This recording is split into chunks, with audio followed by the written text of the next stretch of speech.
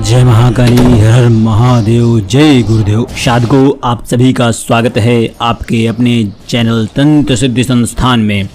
साधकों, आज हम आपको पूर्ण अष्ट यक्षिणी साधना का विधान देने जा रहे हैं। बहुत ही गूढ़ ज्ञान है इसमें और बहुत सारे तंत्र मंत्र को एग्जैक्ट जिस प्रकार से पूजन पाठ में इस्तेमाल किया जाता है, अष्ट यक्षिणी साधना जिस प्रकार से की जाती है, एक एक बारीकी आज हम आपको इस वीडियो में बताने वाले हैं।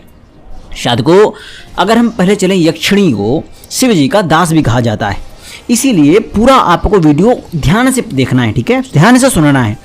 आपको साधना के कुछ गोपनीय पहलुओं का ज्ञान प्राप्त होगा। देखिए साधकों, यक्ष का शाब्दिक अर्थ होता है जादू की शक्ति। आदिकाल में प्रमुख रूप से ये रहस्यमयी जातियां थी। देव, दैत्य, दानव, राक्षस, यक्ष, गंधर्व, अप्सराएं, पिशाच, किन्नर, वानर, रीछ, भल्ल, किरात, नाग आदि। ये सभी मानवों से कुछ अलग थे। इन सभी के पास कुछ न कुछ रहस्यमयी ताकतें हुआ करती थी और ये सभी मानवों को किसी न किसी रूप में मदद करते थे। देवताओं के बाद देवी शक्तियों के मामले में यक्ष का ही नंबर आता है। कहते हैं कि यक्षिणियाँ सकारात्मक शक्तियाँ हैं, सकारात्मकता की शक्तियाँ मानी जाती हैं, और पिशाचिनियाँ नकारात्मकता की शक्तियाँ मानी जाती हैं। साधकों, बहुत से लोग यक्षिणियों को किसी भूत प्रेतनी की तरह मानते हैं, लेकिन यह सर्वथा अनुचित है, यह सच नहीं है। अगर मैं आपको बताऊं, रावण के सौतेला भाई कुबेर एक यक्ष थे, जबकि रावण एक राक्षस। महर्षि पुलत्स्य के पुत्र विश्रवा की दो पत्नियां थीं, इल्विया और कैकसी। इल्विया से कुबोर, इल्विला से कुबेर और कैकसी से रावण विभीषण कुंभकर्ण का जन्म हुआ था। इल्विला यक्ष जाति से थी तो कैकसी राक्षस जाति से। जिस तरह प्रमुख 33 देवता हैं, उसी तरह प्रमुख 64 यक्षण और यक्षिणियाँ होती हैं। गंधर्व और यक्ष जातियाँ देवताओं की ओर थी तो राक्षस, दानव आदि जातियाँ दैत्यों की ओर थी। यदि आप देवताओं की साधना करने की तरह किसी यक्ष या यक्षिणियों की साधना करते हैं तो यह भी देवताओं की तरह प्रसन्न होकर आपको उचित मार्गदर्शन या फल देते हैं।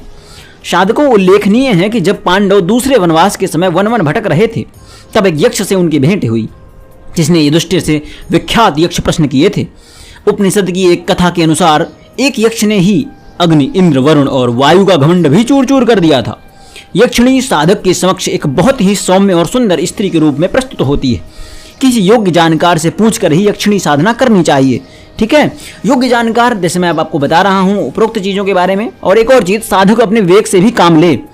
केवल ये नहीं कि आपने वीडियो देख लिया, आपने साधना करनी शुरू कर दी, नहीं, पहले आप कुंडली का विश्लेषण कराइए। इससे आपकी कुंडली में अगर ग्रह दोष ठीक नहीं है, ठीक है, ग्रह चालों की स्थिति बहुत अटपटी सी है, जिसके बाद आपको साधनाओं में सफलता नहीं मिल पाएगी, या चंद्रमा बहुत कमजोर अवस्था में, या पीड़ित है, या सूर्य पीड़ित है, ऐसी अवस्था में आप साधना क्षेत्र में उतर नहीं सकते हैं। लोगों के जीवन में अन्य भी बहुत सारी समस्याएं होती हैं। जो साधना नहीं करना चाहते हैं, वो कुंडली दिखवा करके अपनी जानकारी ले सकते हैं। उनको क्या उपाय करने चाहिए, किस उपाय के माध्यम से उनको शांति मिलेगी, उनकी ग्रह शांति होगी, बड़े से बड़ा उपाय, छोटे से छोटा उपाय, छोटे छोटे टोटके, ऐसी चीज़ें आपको बताकर आपके जीवन को संवारते हैं। तो आपको अगर अपनी कुंडली का विश्लेषण कराना है तो नीचे दिए हुए नंबर पे आप हमसे संपर्क कर सकते हैं व्हाट्सएप के द्वारा, ठीक है। अब हम आप अपनी यक्षिणी की तरफ आगे चलते हैं। अब हम अपनी साधना की तरफ चलते हैं। साधकों, शास्त्रों में अष्ट यक्षिणी साधना के नाम से वर्णित यह साधना प्रमुख रूप से यक्ष की श्रेष्ठ रमणियों की है। ये प्रमुख यक्षिणियाँ 8 हैं: सुरसुंदरी यक्षिणी, मनोहारिणी यक्षिणी, कनकावती यक्षिणी, कामेश्वरी यक्षिणी, रतिप्रिया यक्षिणी, पद्मिनी यक्षिणी, नटी यक्षिणी, अनुरागिणी यक्षिणी। साधकों, मैं आपको सबकी संक्षिप्त जानकारी दे रहा हूँ। अगर हम सुरसुंदरी यक्षिणी की तरफ जाएं तो यह सुडौल देह यष्टि, आकर्षक चेहरा, दिव्य आभा लिए हुए, नाजुकता से भरी हुई, देव योनि के समान सुंदर होने से इसे सुरसुंदरी यक्षिणी कहा गया है। सुरसुंदरी की विशेषता है कि साधक उसे जिस रूप में पाना चाहता है वह प्राप्त होती है, चाहे वह माँ का स्वरूप हो, बहन का स्वरूप हो, पत्नी का स्वरूप हो, प्रेमिका का स्वरूप हो। यह यक्षिणी सिद्ध होने के पश्चात साधक को ऐश्वर्य, धन, संपत्ति आदि प्रदान करती है। दूसरी है मनोहारिणी यक्षिणी। अंडाकार चेहरा, हरिण के समान नेत्र, गौरवर्णीय, चंदन की सुगंध से अपूरित मनोहारिणी यक्षिणी सिद्ध होने के पश्चात साधक के व्यक्तित्व को ऐसा सम्मोहित बना देती है कि वह कोई भी, चाहे वह पुरुष हो या स्त्री हो, उसके सम्मोहन पास में बंध ही जाता है। साधक को धन आदि भी प्रदान करती है, उसको संतुष्ट कर देती है। साधकों, कनकावती रक्त यक्षिणी, रक्त वस्त्र धारण की हुई, मुग्ध करने वाली, अनित्य सौंदर्य की स्वामिनी, 16 वर्षीय बाला स्वरूप कनकावती यक्षिणी है। कनकावती यक्षिणी को सिद्ध करने के पश्चात साधक में तेजस्विता तथा प्रखरता आ जाती है, फिर वह विरोधी को भी मोहित कर लेता है, ऐसी क्षमता पा लेता है वह। यह साधक की प्रत्येक मनोकामना को पूर्ण करने में सहायक होती है। अगली है कामेश्वरी यक्षिणी, सदैव चंचल रहने वाली, उद्याम यौवन युक्त, जिसमें मादकता छलकती हुई बिंबित होती है, साधक का हर क्षण मनोरंजन करती है। कामेश्वरी यक्षिणी, इसके नाम से ही काम स्वरूप का प्रदान हो रहा है। यह साधक को पौरुषत्व प्रदान करती है तथा पत्नी सुख की कामना करने पर पूर्ण पत्नित्व रूप में साधक की कामना करती है। साधक को जब भी द्रव्य की आवश्यकता होती है वह तत्क्षण उपलब्ध करने में सहायक होती है। अगली है रति प्रिया यक्षिणी, स्वर्ण के समान देह से युक्त सभी मंगल आभूषणों से सुसज्जित प्रफुल्लता प्रदान करने वाली रति प्रिया यक्षिणी। रति प्रिया यक्षिणी साधक को हर क्षण प्रफुल्लित रखती है, उसे दृढ़ता प्रदान करती है। साधक और साधिका यदि संयमित होकर इस साधना को संपन्न कर लें तो निश्चय ही उन्हें कामदेव और रति के समान सौंदर्य की उपलब्धि प्रदान करती है। अगली है पद्मिनी यक्षिणी, साधु को कमल के समान कोमल, श्यामवर्ण, उन्नत स्तन, उन्नत अधरों पर सदैव मुस्कान खेलती रहती है जिसके, तथा नेत्र जिसकी अत्यधिक सुंदर हैं। पद्मिनी यक्षिणी साधक अपना सानिध्य नित्य प्रदान करती है।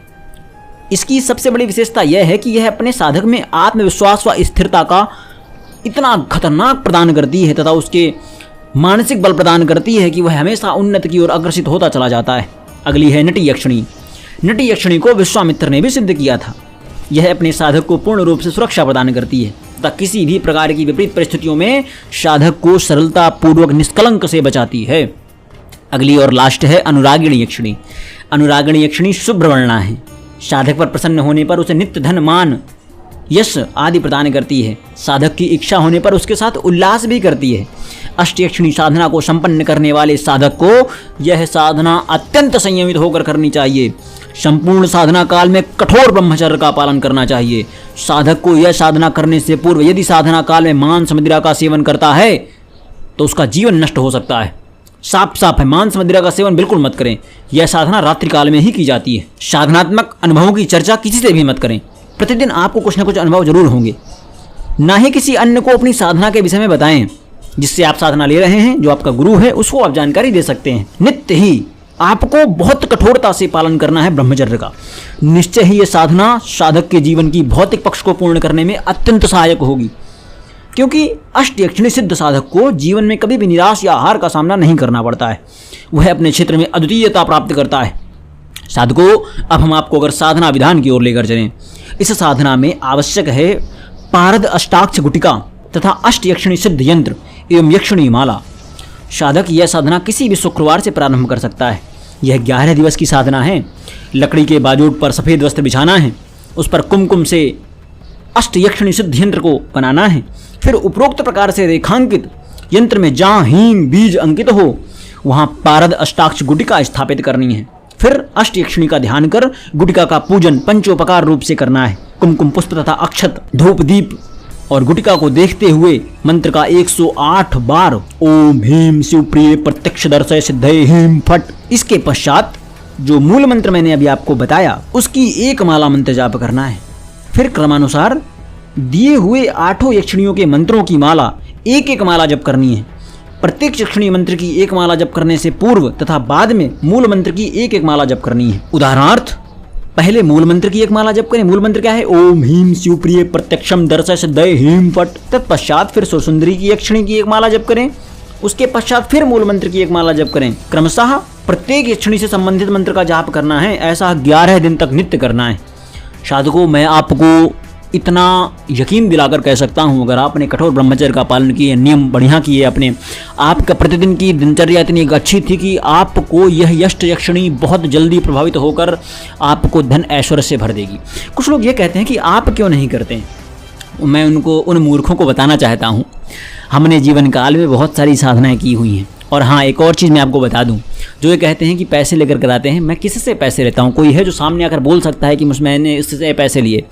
कुंडली विश्लेषण की फीस इसलिए ली जाती है क्योंकि यहाँ पर ब्रह्मर्षियों को खिलाया जाता है, ठीक है, दान किया जाता है। 501 रुपये में अगर मैं अपना घर भर लूँगा तो आपको जरा सा भी लेश मात्र भी बुद्धि नहीं है क्या आपके अंदर? बिल्कुल घोट कर पी गए हैं क्या सारा आप? बुद्धि का लेश मात्र भी आपके अंदर नहीं है। अगर इतनी ही क्षमता है, साधना क्षेत्र को आप अगर कलंकित करने की कोशिश कर रहे हैं, तो एक दिवस किसी शमशान में जाकर के शमशान को जागृत करके कोशिश कीजिए। आप जागरण किया भाड़ में, आप एक दिन केवल बैठ जाइए जाकर, आपको पता चल जाएगा साधना की गूढ़ता क्या है और क्या क्या होता है। चलिए, मैं इन सभी चीज़ों से हटका हूँ क्योंकि क्रोध बुद्धि का नाश करता है और क्रोध करने से कोई यार फर्क नहीं पड़ता है। मैं आपको मूल अष्टयक्षिणी मंत्र के बारे में बताता हूँ। देखिए, पहला देखिए, जो मूल अष्टयक्षिणी मंत्र है वो है ओम ऐं श्रीं अष्टयक्षिणी सिद्धिं सिद्धिं देहि नमः। अब आपको सुर सुंदरी मंत्र बताता हूँ। ओम ऐं ह्रीं आगच्छ सुर सुंदरी स्वाहा।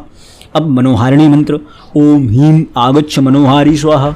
अब कनकावती मंत्र, ओम ह्रीं हूं रक्ष कर्मणि आगच्छ कनकावती स्वाहा। अब कामेश्वरी मंत्र, ओम क्रीं कामेश्वरी वस्य प्रियाय क्रीं ओम। अब रतिप्रिया मंत्र, ओम ह्रीं आगच्छ आगच्छ रतिप्रिया स्वाहा। अब पद्मिनी मंत्र, ओम ह्रीं आगच्छ आगच्छ पद्मिनी स्वाहा।